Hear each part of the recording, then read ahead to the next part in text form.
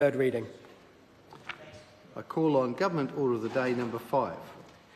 Anti-money laundering and countering financing of terrorism amendment bill. First reading. Mr Speaker. The Honourable Amy Adams. Mr Speaker, I move that the Anti-Money Laundering and Countering Financing of Terrorism Amendment Bill be now read a first time. I nominate the Law and Order Committee to consider the bill, and at the appropriate time I intend to move that the bill be reported to the House by a date that is 4 months and 1 day from the date the bill receives its first reading. Mr Speaker, money laundering is the lifeblood of many types of crime. By exploiting unsuspecting businesses and channeling money through different layers of the financial system, money laundering allows criminals to fund their lifestyle and fuels their criminal ventures. People who finance terrorism similarly use similar methods to channel money to violent causes. We're changing the law to improve our ability to detect and deter money laundering. This will mean less crime and fewer victims.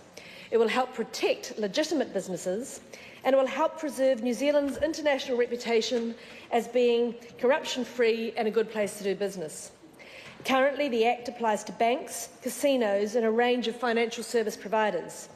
When the Act was being developed, those sectors were considered to be at the highest risk of being targeted by enterprising criminals. However, criminals change their laundering techniques over time, and establishing controls in one sector often increases risks in others where there are fewer checks and balances.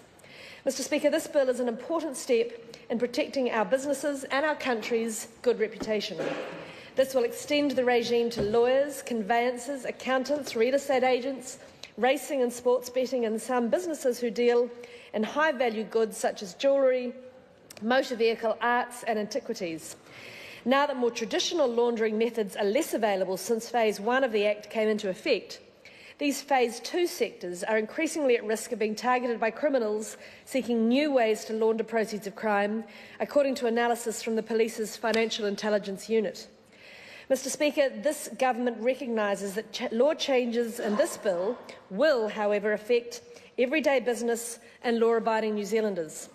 Our goal is to make sure the regime is as effective as possible while minimising the impact on businesses and their customers.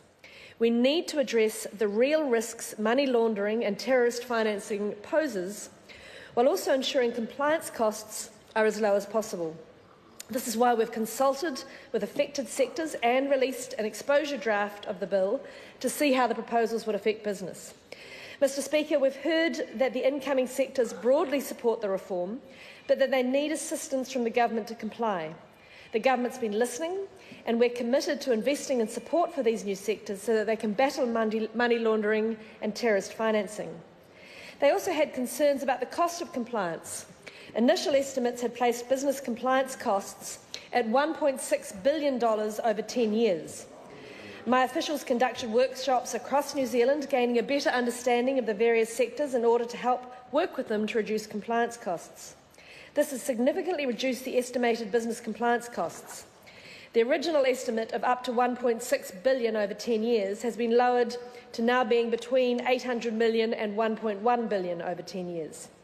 Mr Speaker, I'd like to briefly touch on a number of key proposals that the bill makes. The implementation period will be staggered for the different sectors, initially focusing on those highest at risk of being used by criminals. A phased approach will ensure businesses are well prepared to comply with the regime. The bill will also enable greater flexibility to share information to meet the purposes of the Act, including ways to facilitate information flows between government and the private sector. Improving information sharing addresses recommendations made in the recent government inquiry into foreign trusts by John Sherwin. The Sherwin report also highlighted some gaps in the reporting regime. The Act currently only requires businesses to report suspicious transactions.